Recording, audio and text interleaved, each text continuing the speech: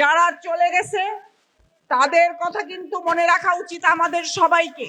ছোট করে জনগণের জিনিস লুটপাট করবা, ওটা আমিই হই না যেই হোক, আল্লাহ শাস্তি এই দুনিয়াতেই দিবে।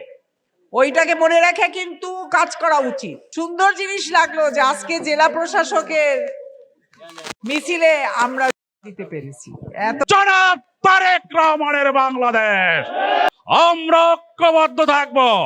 আমরা আশা করি খুব দ্রুত সময়ের মধ্যে বাংলাদেশের অন্তর্বর্তীকালীন সরকার একটি আবার সুষ্ঠু গ্রহণযোগ্য নির্বাচন দেবেন এবং সেই নির্বাচনে আমাদের দল বাংলাদেশ জাতীয়তাবাদী দল বিএনপি অংশগ্রহণ করবে এবং সেই নির্বাচনে বিজয় লাভ করার জন্য আমাদের প্রতিটি নেতা কর্মীকে ঐক্যবদ্ধভাবে কাজ করতে হবে।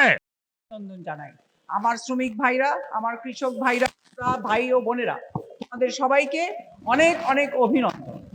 আমাদেরকে মূল্যায়ন করতেই হবে এবং আমি ইনশাল্লাহ আশা করি যে আগামীতে যদি আল্লাহ যদি আসে, আমরা ক্ষমতায় আসতে পারি, আমাদের দল থেকে আমি আশা করব অবশ্যই যাতে আমাদের শ্রমিক ভাইদের বোনদের সবাইকে মূল্যায়ন করা হয়।